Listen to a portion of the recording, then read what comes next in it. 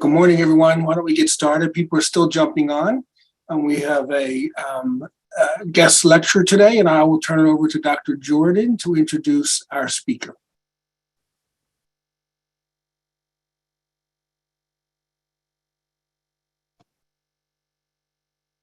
Good morning, everyone, and welcome to Grand Rounds. It is my pleasure to introduce today's speaker, Dr. Wendy Macias-Konstantopoulos. Dr. Macias-Konstantopoulos is a board-certified practicing emergency physician and public health professional who specializes in health equity and population health management. She currently serves as Vice Chair for Diversity, Health Equity, and Inclusion, Director of the Center for Social Justice and Health Equity, and Medical Director of the Patient Care Navigator Program in the Department of Emergency Medicine at the Massachusetts General Hospital. She is the MGH Endowed Chair for Leadership in Emergency Medicine and Associate Professor of Emergency Medicine at Harvard Medical School. Dr. Macias-Konstantopoulos has served as the Director of the Human Trafficking Initiative since completing her 2-year Global Health Leadership Fellowship, and was the founding executive and medical director of the Mass General Freedom Clinic, an innovative primary care and preventative health clinic for human trafficking victims and survivors that won the 2014 Partnership for Freedom National Competition. The Mass General Freedom Clinic currently also serves as the medical home for a unique MGH collaboration with the nonprofit Hostage US, through which trauma-informed medical care and care coordination is provided for repatriated captives and their families. She is active in various state and federal groups focused on educational and policy advocacy efforts related to human trafficking. Please join me in welcoming Dr. Macias-Konstantopoulos.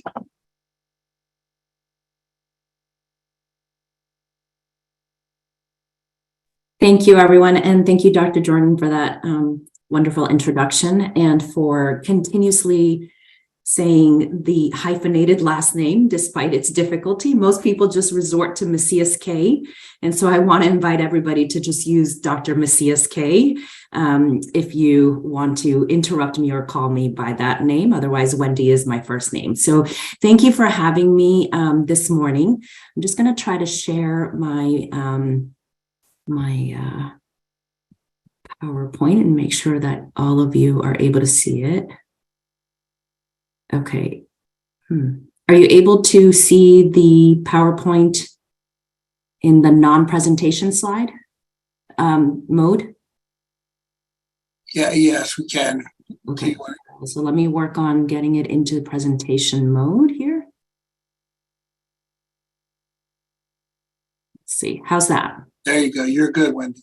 Perfect. Okay. And I'm just going to get rid of my meeting controls here.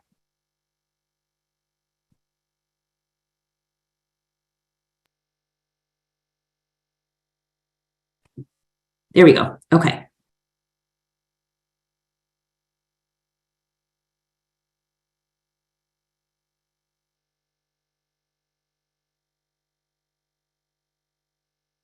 Did we lose you, Wendy? Did we lose you?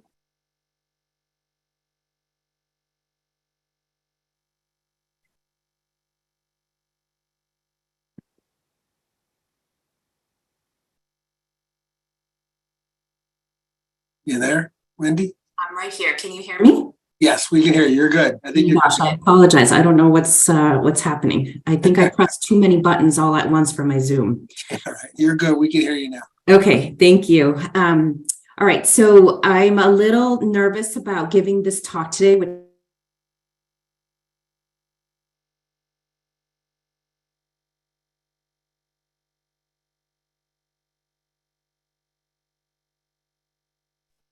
which is her speak in the past. And are we there? We are. You're freezing for some reason, Wendy. This is unfortunate. Okay, if it continues to be a problem,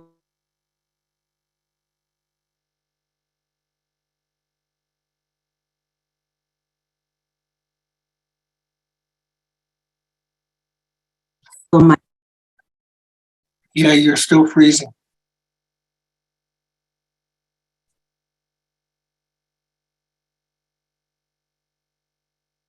I think I'm back in. Apologies. No worries. Let's try this again.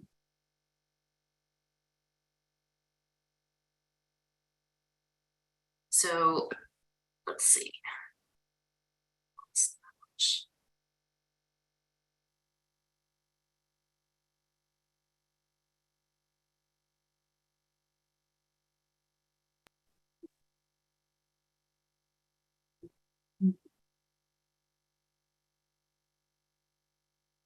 Okay. Hopefully this connection is a little bit better. Okay, so far so good. Okay, wonderful. So I'm not sure where we left off, but some of you may have heard Dr. McKinney Chisholm Straker speak in the past. She is an amazing colleague in emergency medicine, and she is at your institution. So hopefully those of you who have heard her speak will not be too critical of me. But here we go. I have no financial disclosures today, but I do want to, and I try to remember to always tell my audience that if anyone needs to mute me, turn me off, walk away, some of this material is really heavy and some of it may hit home, close to home. So please do whatever you need to do to stay safe. Today, we're going to talk about the intersection of social vulnerability and human trafficking. I will define human trafficking for all of us so that we are all on the same level. And we'll give a quick overview of human trafficking in the United States. I'll describe the intersection of social vulnerability and human trafficking. We'll discuss what a trauma-informed approach to patients looks like, in particular patients who are victims and survivors of human trafficking. And then we'll review some of the resources that are available for all of you and for your patients. So to begin, I just want to provide some background information from an international perspective. The United Nations Protocol to Prevent, Suppress, and Punish Trafficking in Persons, especially women and children, from the year 2000, provides a framework, a legal framework that has been used across the globe, with over 170 countries now having ratified and been able to establish some of their own laws, national laws. And it's defined as the activity of recruiting, transporting, transferring, harboring, or receiving of a person by means of threat of use of force or the use of force, coercion, abduction, fraud, deception, abuse of power, and the giving or receiving of payments. And this is done for the purpose of exploitation, forced labor, commercial sex, involuntary servitude, removal of organs. Some of you might be aware of this, and then slavery or slave-like practices. And the important part about this legal instrument is that it actually makes an exception in the case of children under the age of 18. And this has been sort of mirrored across many national frameworks. But essentially, this instrument makes an exception for children under the age of 18, whereby the means does not need to be proven in order to define a situation as human trafficking. So as long as you have the activity happening for one of the purposes that are outlined here, in the case of children who may not be able to discern whether they're being coerced or manipulated in any way or deceived in any way, you don't necessarily have to prove. Now, this is not important in the sense that we are going to be identifying human trafficking and making a decision as to whether or not someone is being trafficked. That's left for the legal world. But for us, it's important to understand what is behind trafficking. So for us to be able to differentiate that from other forms of exploitation that might occur. So these are some of the major forms of human trafficking around the world. The U.S. State Department continuously follows this, and some of you may have seen the TVPA report that comes out annually from the Department of State, basically providing an overview of globally what does human trafficking look like right now? Where do we stand in terms of nations helping each other to improve outcomes for trafficking victims? And so some of this does not pertain to the United States. For example, in our laws, we don't have an issue with child soldiering, but this may be something that we see in some of our immigrant populations that come to the United States through our major ports, some of them may have been victims of exploitation and trafficking in many of these forms that are listed here. So what I'll start by saying is that we have very little sense of prevalence of human trafficking. So it's not easy to count the number of people who have been trafficked around the world. And that is a number that is constantly in flux. We have people who are newly being trafficked or who are being extracted from trafficking situations.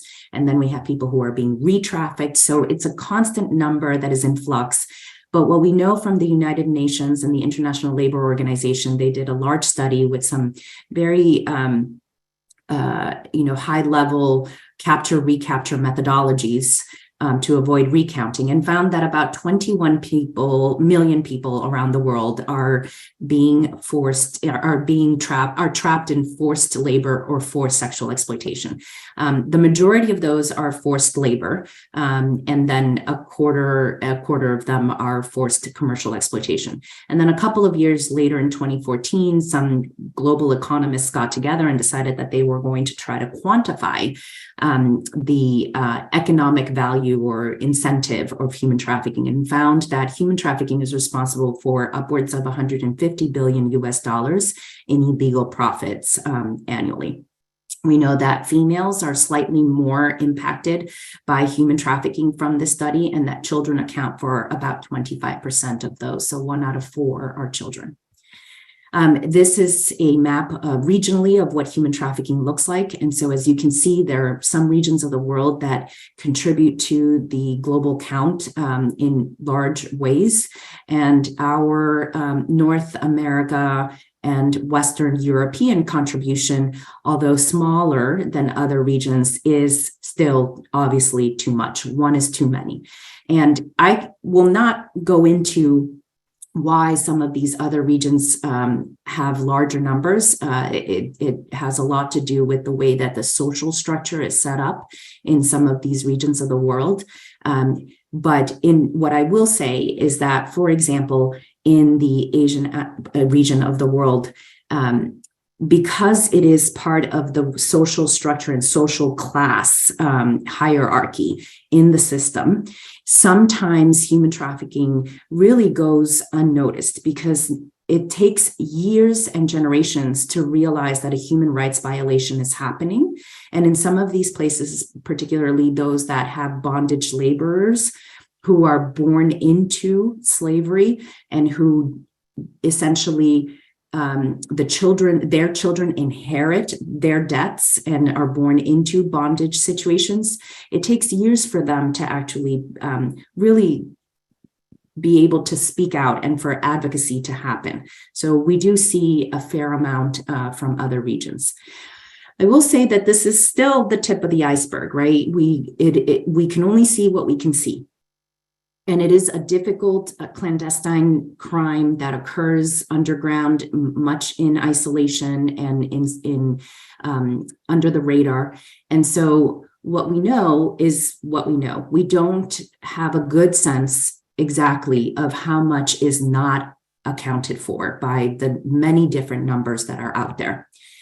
This is an example of why we don't really understand prevalence.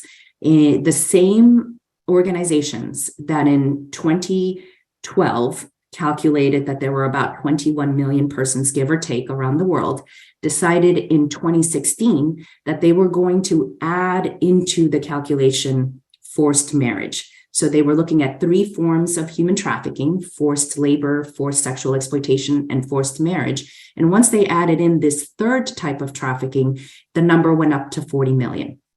So again, it really depends on what is being counted, who is being counted, what the agenda is. So when you see many figures out there, just take it with a grain of salt.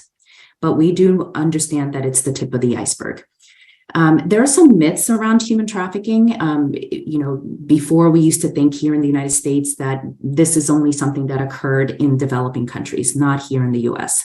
When we finally decided to understand that it might be happening here in the United States, it only affected foreign nationals.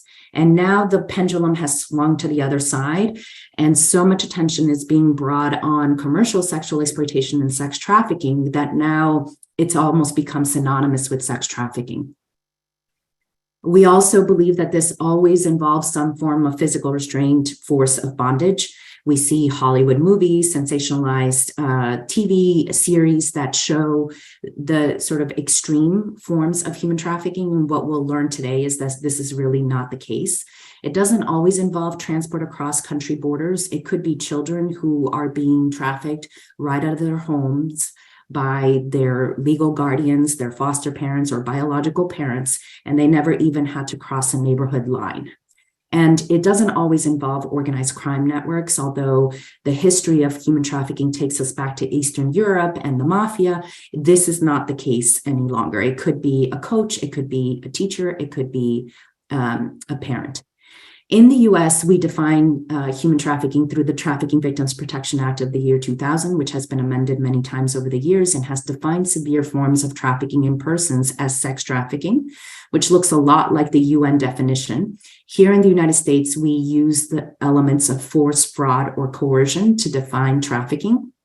And like the UN definition, the national federal law does account and make exceptions for those who are under the age of 18. This is important, again, because it's the law essentially recognizing that a child under the age of 18 cannot consent to their own exploitation, and that a child who is being manipulated or used in this manner, likely there is someone else behind the scenes responsible for what is happening to that child.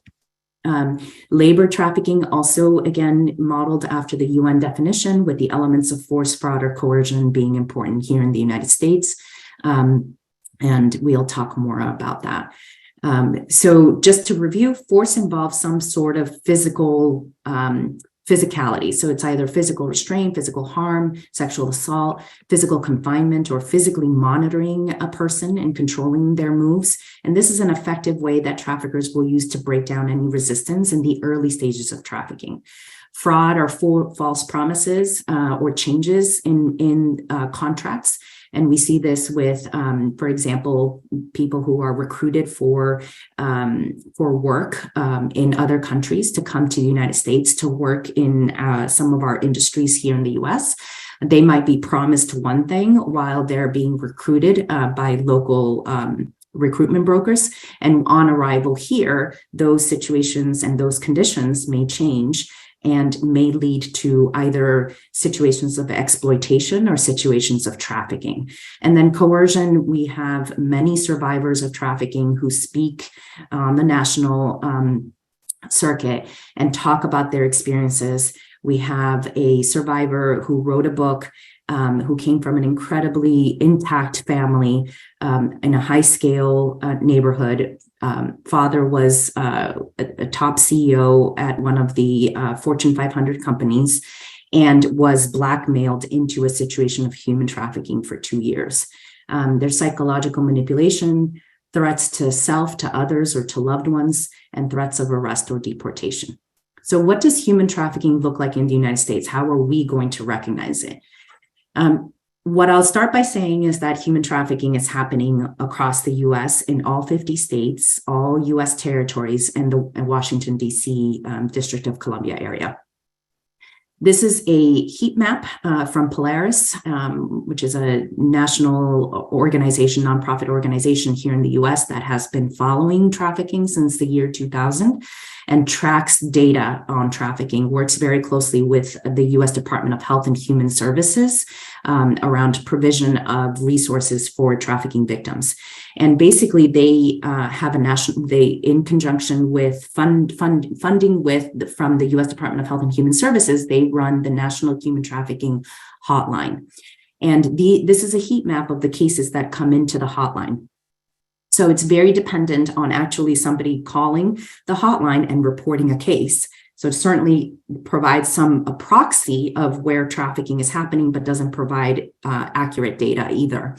And what we see is that along the eastern and western borders of the US, there is a fair amount of trafficking concentrated. And this again may be because these are more urbanized areas and people are closer together and are able to recognize situations. of human trafficking, as opposed to in the middle part of the country where it's more rural, everybody's further apart, and things may happen in isolation and under the radar. Little bit of data from the US. The US Department of Justice runs or provides funding for human trafficking task forces across the US. And between 2008 and 2010, they collected information about cases coming in through the human trafficking task forces. What they found was that between 2008, 2010, cases increased steadily. They found that sex trafficking accounted for the larger proportion of the cases that were being identified by the public. So a lot more awareness around sex trafficking, with 82% of the cases being defined as sex trafficking cases.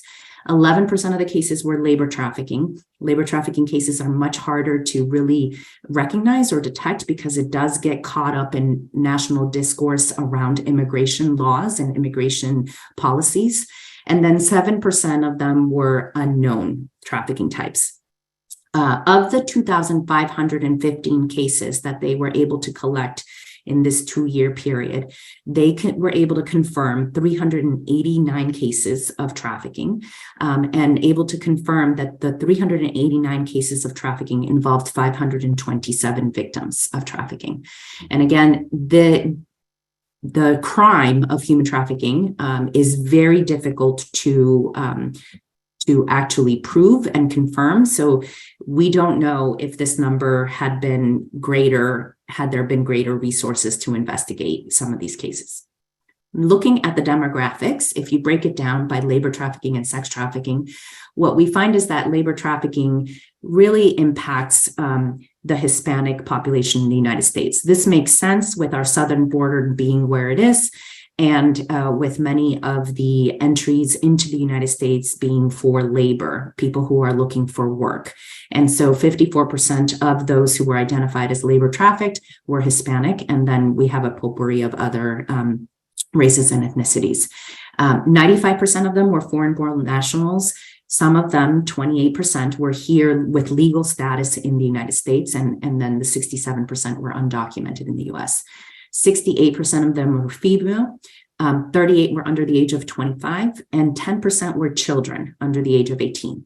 And if we contrast that to sex trafficking is a little bit more of an equal opportunity type of crime, right? So although it does impact in this sample, it did impact Black African Americans to a greater extent, 35%, than some of the other races and ethnicities. It's certainly a little bit more equal than labor trafficking was. In this case, 83% of the victims were US citizens, 94% were female, 87% were adolescents and adults under the age of 25, and a whopping 55% were children.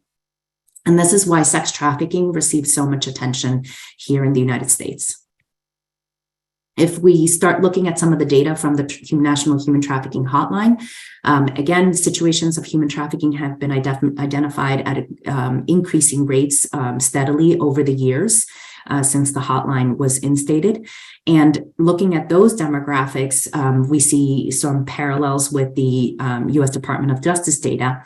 And what I will say is that when the US Department of Justice data was being looked at, gender was a dichotomous variable. So it was either you're female or you're male. National Human Trafficking Hotline has started to try to define that a little bit into more of the gender diverse, various gender diverse categories. And so that data is still very nascent, but we understand that gender minorities are impacted by trafficking as well. In the graph towards the bottom right, you will see where the age of trafficking occurs.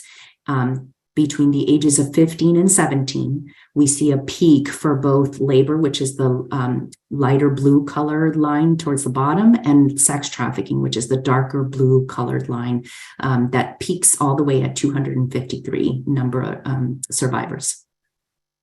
So what I want to just make sure to highlight is that some of the adults that we see in our hospitals, in our emergency departments, who are experiencing trauma, who might be homeless, who might be using substances.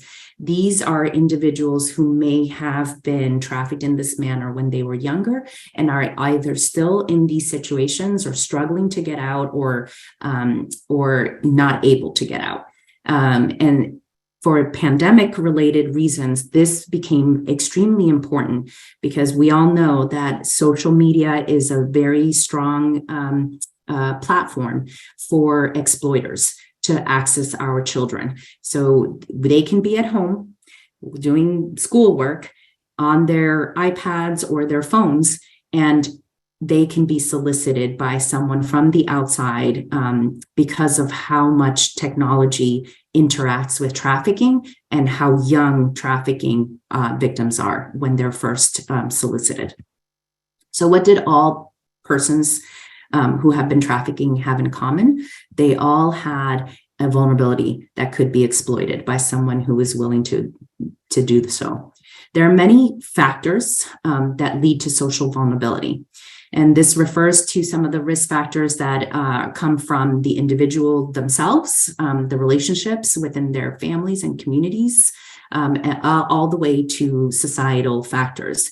And so we're going to review some of these factors that you see here and talk a little bit more about how they function to really heighten social vulnerability for individuals and potentially lead to things such as exploitation and trafficking.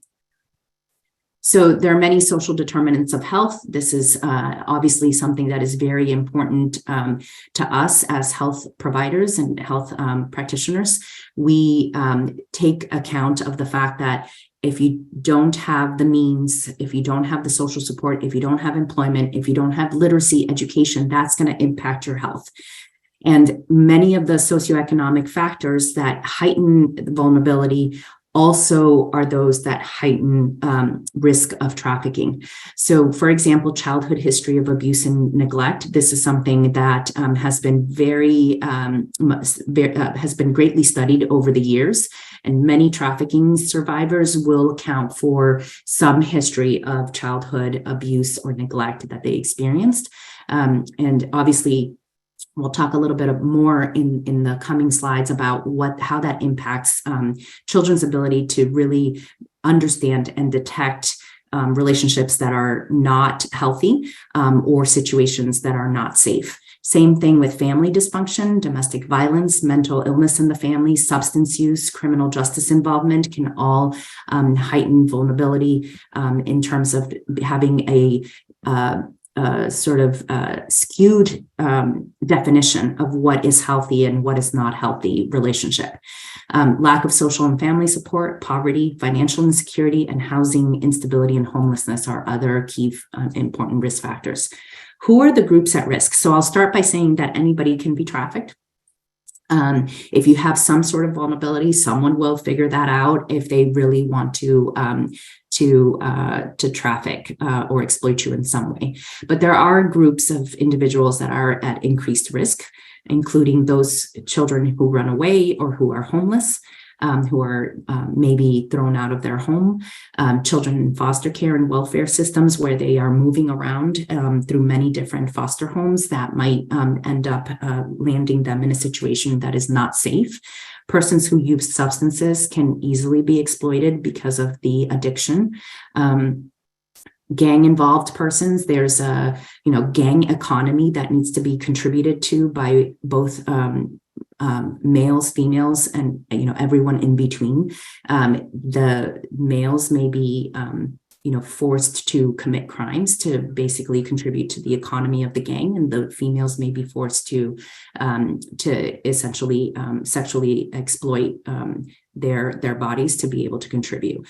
Persons with disabilities are going to be at heightened risk of trafficking. They may not be able to discern situations that are unsafe or unhealthy. Ethnic racial minorities, there's obviously a lot of research out there, and it's all been spoken about a lot recently over the last several years of the social structures that lead to, increased violence within these populations or increased vulnerability within these populations. And this is all structurally, predicated by our society. Immigrants, especially those who do not speak English or don't have a way to really understand the laws of our land and the protections that they have under our laws, and then persons who identify as LGBTQ. So let's talk a little bit about these specific identities. So we talked about youth from racial, ethnic, and SOGI diverse groups. They're disproportionately impacted by violence, and violence in childhood and adolescence really sets the stage for future victimization. Native youth, for example, one study that was done in the Hawaii and across the Hawaiian Islands, looking at survivors of sex trafficking, 64% of them identified as Native Hawaiian, 23% of them had been trafficked before the age of 18, and the majority of them were trafficked by someone who they trusted and who was close to them, who understood their vulnerabilities, essentially. Looking at LGBTQ youth, the LGBTQ youth in our country account for about 10% of our youth population. And yet, if you look at those who are homeless, LGBTQ account for 40% of homeless youth in the United States. They are a much higher risk of becoming homeless than their non-LGBTQ counterparts. And this is because of the fact that they do contend with family rejection and violence in the home when their identities are exposed. And they may end up needing to run away as a result of that, or they may end up being thrown out of their home. And on the streets, LGBTQ youth are nearly twice as likely to suffer sexual violence than their non-LGBTQ homeless youth counterparts. So why is this all relevant to us? We know that traffickers use many different means of controlling and manipulating the victims of trafficking. And a lot of what might be used is actual forms of violence. And again, I'm not talking about tying someone up in a closet or, handcuffing someone to a radiator as we have seen in movies, for example.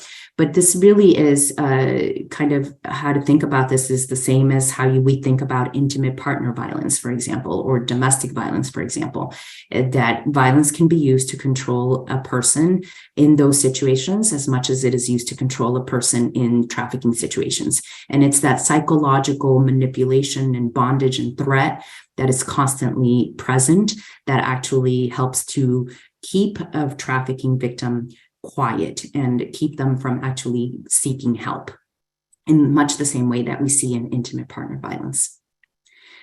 We as healthcare professionals are seeing trafficking survivors in our facilities and in our clinics and offices. Studies over the years have shown that this is the case, that trafficking victims are accessing care. And in 2014, we found that upwards of 88% of trafficking survivors reported having been seen by a medical professional during their trafficking situation. And just as easily as they're coming in through our doors, they're going right back out because we don't have all the tools that we need to be able to identify them. They come in with,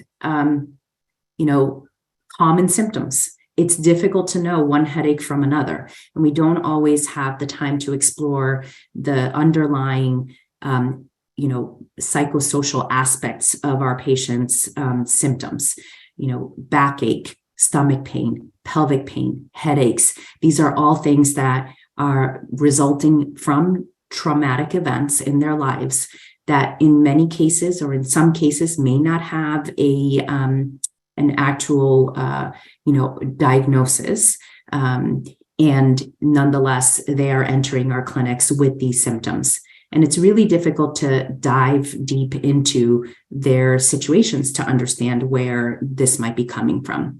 These are some of the health outcomes associated with trafficking both labor and sex trafficking.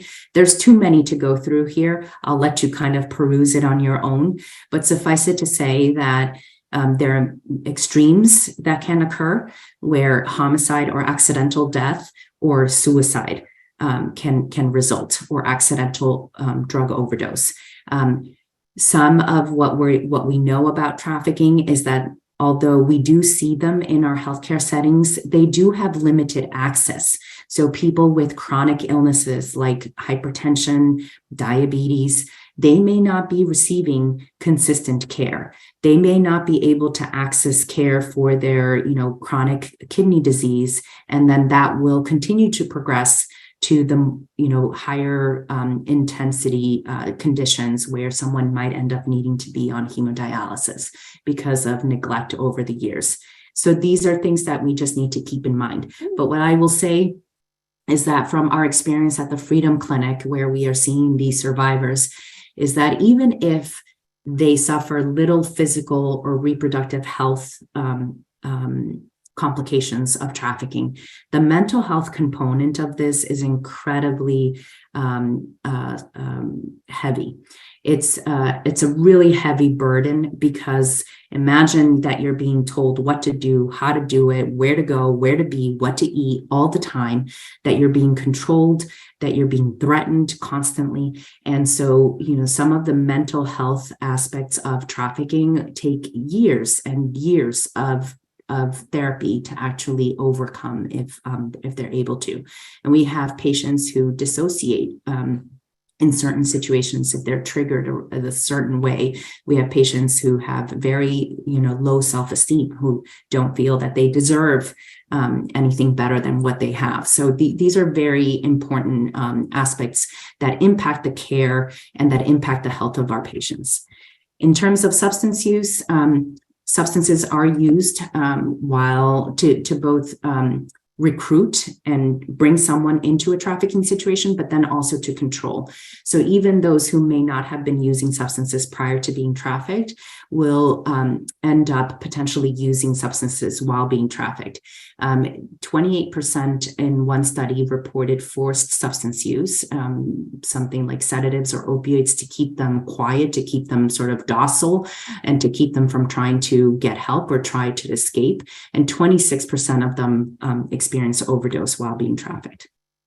So points of entry, as you can imagine, because although there are trafficking victims who continue to see their primary care physicians or their pediatricians while they're being trafficked without, ever saying a word, most of them may not have that type of care and will end up in urgent cares and emergency departments and other types of community clinics.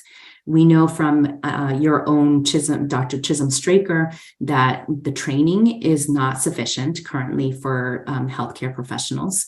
And we know that in order for us to be able to make a dent in this, we need to be able to understand it better, and we need to be able to insert it into the spectrum of violence, abuse and violence that we already have to work off of. So this is not going to be necessarily new information, but it's to highlight, if you understand how to ask about or detect or suspect intimate partner violence or violence against children, then you may already have the tools that you need, and it's just a matter of tweaking it a little bit in your in your toolbox. So some of the red flags, as I mentioned, they may not be able to present to for healthcare at their will, and so there are delayed presentations for medical care. So if you or if I sprain our ankle, it's swollen, it hurts, we can't bear weight, we can't walk on it, we will present for some sort of evaluation within 24 to 72 hours, right? This may be a much more delayed presentation where they really have to be completely useless to the trafficker for the trafficker to maybe say, okay, go get yourself seen, but know that I'm watching you and don't say a word to anyone, right? There may be signs of physical, sexual, or dental trauma. There may be signs of medical neglect, of malnourishment. There may be recurrent sexually transmitted infections that you're contending with, or multiple pregnancies that end up in miscarriages or abortions. If you may end up finding foreign bodies in the vaginal cavity to stop menstrual flow. There may be some atypical communicable diseases, especially with labor trafficking in immigrant populations. If they're forced to sleep and work in very crowded areas, there may be a breakout of a communicable disease that we don't typically see in the US. And then occupational injuries, substance use, and skin issues. Their abuse and control indicators are much like what we teach in terms of intimate partner violence, someone who is present at the clinical interaction, trying to answer questions or correcting the patient, or somehow attempting to control access to the patient, somehow wanting to always be the one and insisting on translating for patients who don't speak English. It may be that the patient has scripted types of communications where you can't really get them to answer questions outside of what they have practiced because they don't know how to answer those questions. And so it appears almost like something is off, and you get that kind of sixth sense of, something doesn't quite jive here. It may be that the patient consistently, if they're being accompanied by someone, is looking back at the person that has accompanied them for the appointment or for the presentation, looking back for approval with each answer, to kind of just answering, hoping that they didn't say anything wrong, hoping that, there's no worry for, some imminent punishment. And they may look very nervous and avoid eye contact. They may have signs of submission or fear or hypervigilance, and they may hyperstartle easily. And then other indicators, more like social indicators, some of these are related to both labor and sex trafficking. For example, inappropriate clothing for the weathers. In the dead of winter, you might have someone who is scantily dressed. And then in the height of the heat of the summer, you may have someone who is completely covered head to toe, collar, long sleeve pants, trying to hide some of the evidence of potential physical trauma and potentially malnutrition and emaciation. So the things to look for are not things that we don't already know about. We know about some of these things and we question it. It heightens our suspicion for something is just not right here. And none of these are pathognomonic of human trafficking. So there's no one single indicator that's going to say, yep, this person is trafficked. So it's really important for us to have our awareness about us and to know what to do. So that being said, there are many barriers and we may not see this frequently enough. And so it's really important to, develop a method for being able to suspect it. And part of that is having a heightened index of suspicion. So if we do have a heightened index of suspicion, then we're going to talk about what to do. The impact of trafficking is such that people who are being trafficked would lose the sense of trust, safety, agency, and predictability, right? It's set up that way. The whole entire, interaction between the trafficker and the victim of trafficking is set up to basically take these things away from them. They know they may not even trust themselves to make the right decisions because it might be that the last decision they were able to make is the one that got them into this situation. They may not feel that they have a sense of agency, that they're able to make any decisions for themselves. And they certainly don't feel that they can predict what's going to happen tomorrow because that's part of what the trafficker does, keeping them on their toes and fearful of making the wrong moves. The impact of trauma is such that in childhood, if there's the adverse childhood experiences that many of you may have heard in the CDC Kaiser studies, that looks at the association of ACEs and trafficking. And essentially, we know that physical and sexual abuse and neglect are gateway traumas to future polyvictimization, and many, up to at least 90+% of victims of trafficking will report some ACE in their childhood. This leads to high cortisol levels because of the chronic stress and the chronic threat. And that has direct impact on the physiology, and it leads to long-term health effects. So this is the biological effect of childhood trauma that many of you may have already been aware of and have heard about.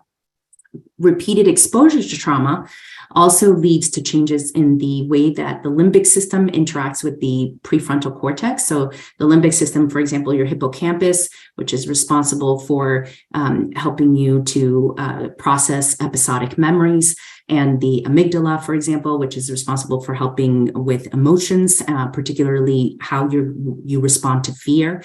And then, of course, the cingulate gyrus, which is responsible for regulating some of these emotions. Those functions and the connection to the prefrontal cortex, which is important for executive functioning and goal-directed behaviors, is impacted by trauma. And this is why we see, I know that many of you have probably seen a person who all of a sudden gets angry. They're triggered by something. They get angry. They start pulling their electrodes and everything off. Their IV comes out. I'm leaving AMA. I've had it, right? Something triggered them, and they really have a hard time sort of dealing with how they're feeling, and they need out. This is how they process what has happened, what is happening to them, related to how they may have never really learned to regulate their emotions and regulate how they're feeling, and to be able to sort of override some of those emotions. And then obviously the long-term health effects of trauma are also indirectly impacted because the person who has experienced trauma is more likely to adopt high-risk behaviors. High-risk behaviors may seem maladaptive to us, but these are important adaptive coping strategies for our patients and for those who have experienced trauma. And even one single isolated traumatic event can actually bombard a patient's ability to cope. So the more that we can understand where they're coming from and how trauma has impacted and how trauma really impacts all of us, the more likely that they will feel safe in our midst and that they will access healthcare services. So let's talk about a trauma framework, because this is important to avoid re-traumatization. So if you look at a trauma competent or trauma informed care framework, you're looking at a sort of a way of thinking and a way of practicing. It's essentially involves four things. You recognize the pervasiveness and the impact of trauma on an individual across the lifespan. You acknowledge the vulnerabilities and the triggers of trauma that traditional service delivery approaches may have, minimize re-traumatization, and foster physical, psychological, and emotional recovery. What does that look like in our patient interactions? It means that we approach everyone with respect, with patience, with dignity. We try to meet them where they're at. We try not to push them beyond what they're ready to accept or to the decisions that they're able to make. We minimize re-traumatization by making sure that we are letting them know what we're about to do, that we're not triggering them in any way. At the Freedom Clinic, for example, we had a survivor of labor trafficking who had been pulled out of a moving car, grabbed by the trafficker from the upper arm and pulled out. And every time that a blood pressure cuff was put on her arm, she would get triggered emotionally and would go back to that traumatic event. And so really sort of asking people, is it okay if we have you take off your shirt? Is it okay if I put this blood pressure cuff? It's going to tighten. Letting them know what to expect and providing some predictability helps.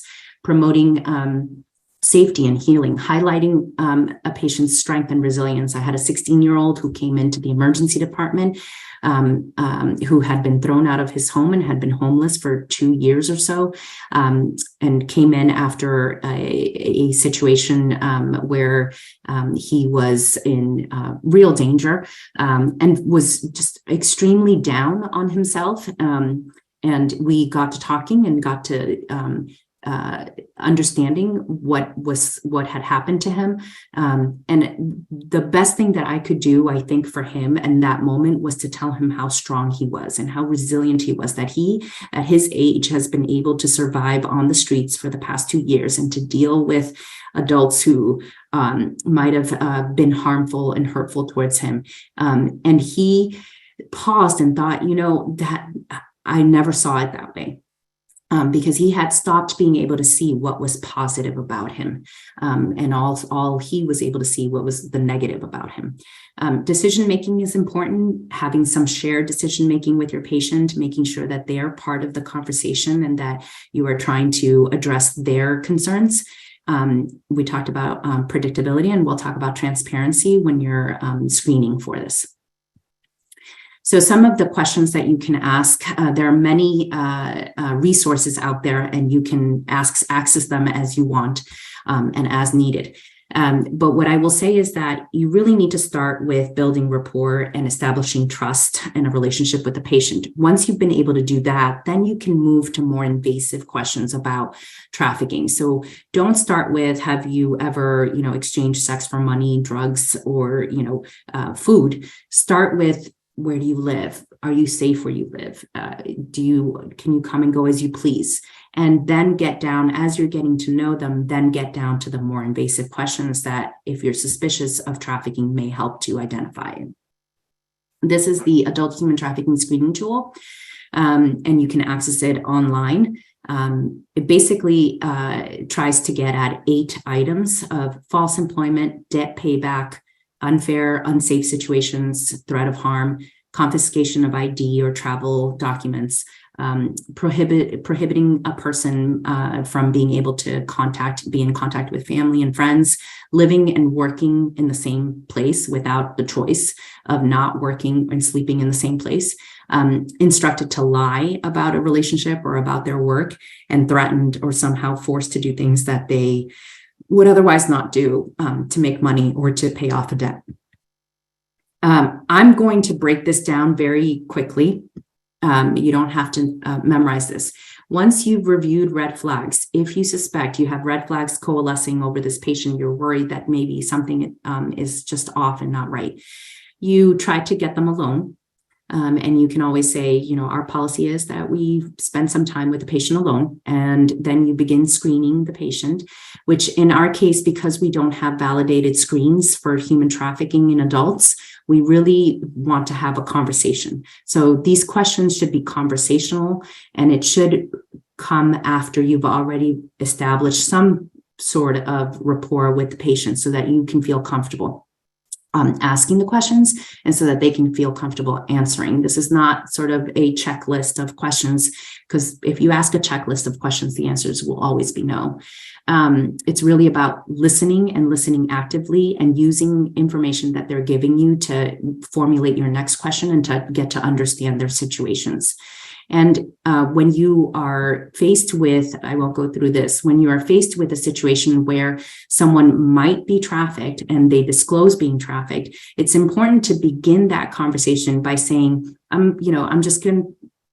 just want to ask you a few questions. What you say is going to stay between us in these 4 walls. But there are situations where, if I am concerned about your safety, I might need to involve others. And that kind of signals to them that A, it's not just you, that there might be other people who are able to help, because they may not think that you have the tools to help them.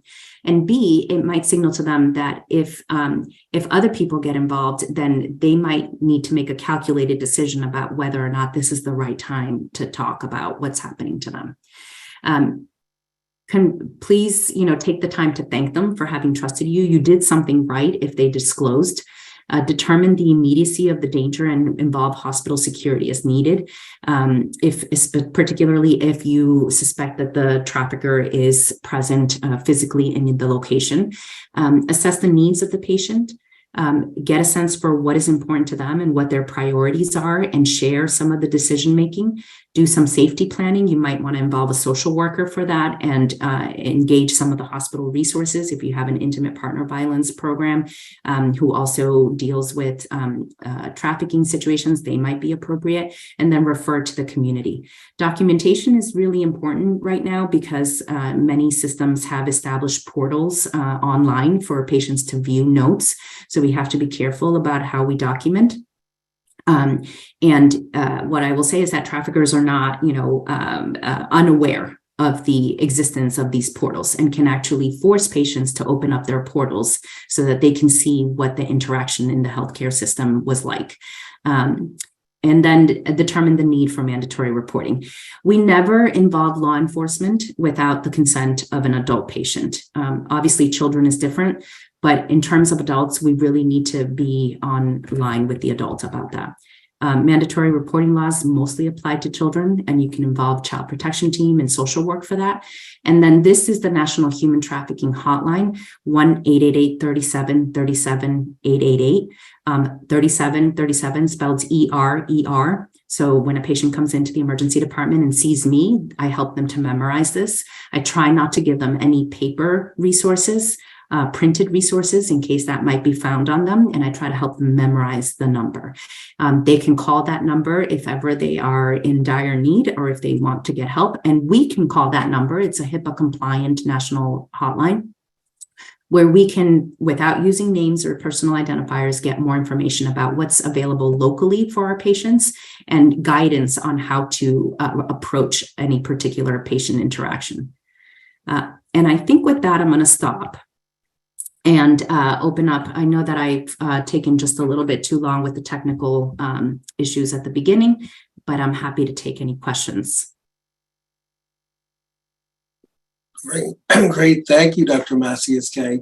Thanks for letting me call you Kay at the end. I was practicing. Yes. It. Any comments or questions that people have after a really terrific review of a topic we don't often discuss?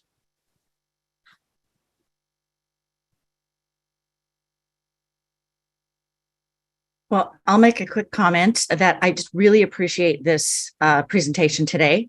You were very comprehensive. I had some questions in mind, but then you covered them about how we really see the signs. I think that's one of the challenges we have in the clinical arena is what are some of the key signs where we might even think about this? And it's much more prevalent than I think I ever appreciated. So I think coming here and sharing your knowledge like this has been incredibly valuable. So I want to thank you for that. Thank you so much. Thank you, Dr. Kraft.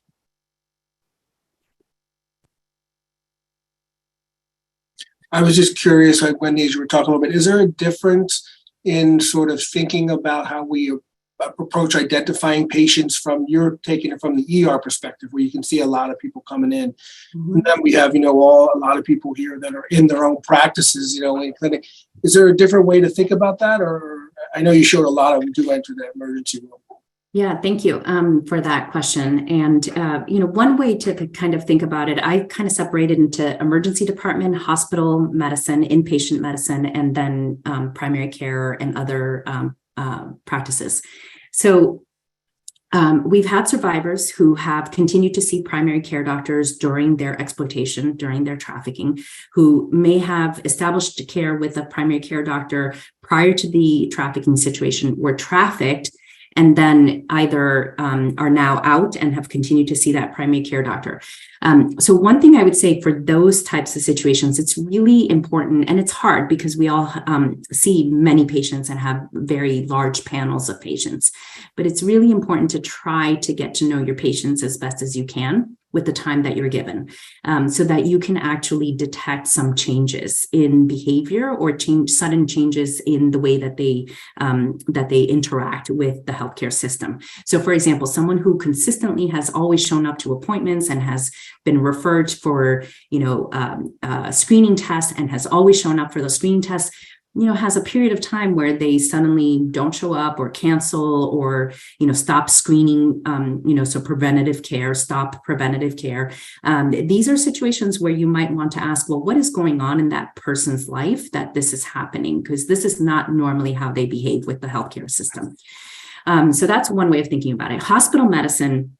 And I've given talks to the ICU, for example, because the ICU sees obviously all the complications of substance use. And while substance use is more related to sex trafficking than it is to labor trafficking, it is a obvious problem. And we are in an epidemic of great proportions. And so what they're seeing are, the abscesses, the septic emboli, the valve repairs, cardiac valve repairs. So both the medical and surgical ICUs have patients who are there because of these complications. So if you have patients like that, whether it's on the inpatient floor or in the ICU, it might be important to start thinking, well, what's happening? Is this just really just substance use, or is this person actually experiencing some other, form of trauma in their lives right now that is keeping them homeless, that is keeping them in situations like this, that, get them, that, lead to them leaving AMA over and over and over again, right? They might be told, get out of that hospital now, or else, right? And they just have to leave because that's what they've been told to do. They can no longer care for themselves. They have to respond to what they've been instructed to do. So I guess those are just two main ways to kind of divide the way of thinking about this. And there are many more situations. And I have a few vignettes where, I could potentially see someone who's coming in with what I think is a COPD exacerbation, admit them because they're not ready to be discharged from the emergency department. And it turns out that I was told in the emergency department by someone who was with them, who spoke their language, that they smoke and that they've been smoking for years. So I believe that they're a smoker, but they get to the inpatient floor and you spend a lot more time with them and that person is now gone and you figure out this person doesn't smoke, right? What's happening is that they're being exposed to pesticides chronically without wearing a mask. And it has caused problems in their lungs. And they're also anemic, by the way. Look at this. They're also anemic. So, really starting to question some of the assumptions, right? Like the COPD smoker assumption. There could be other things going on.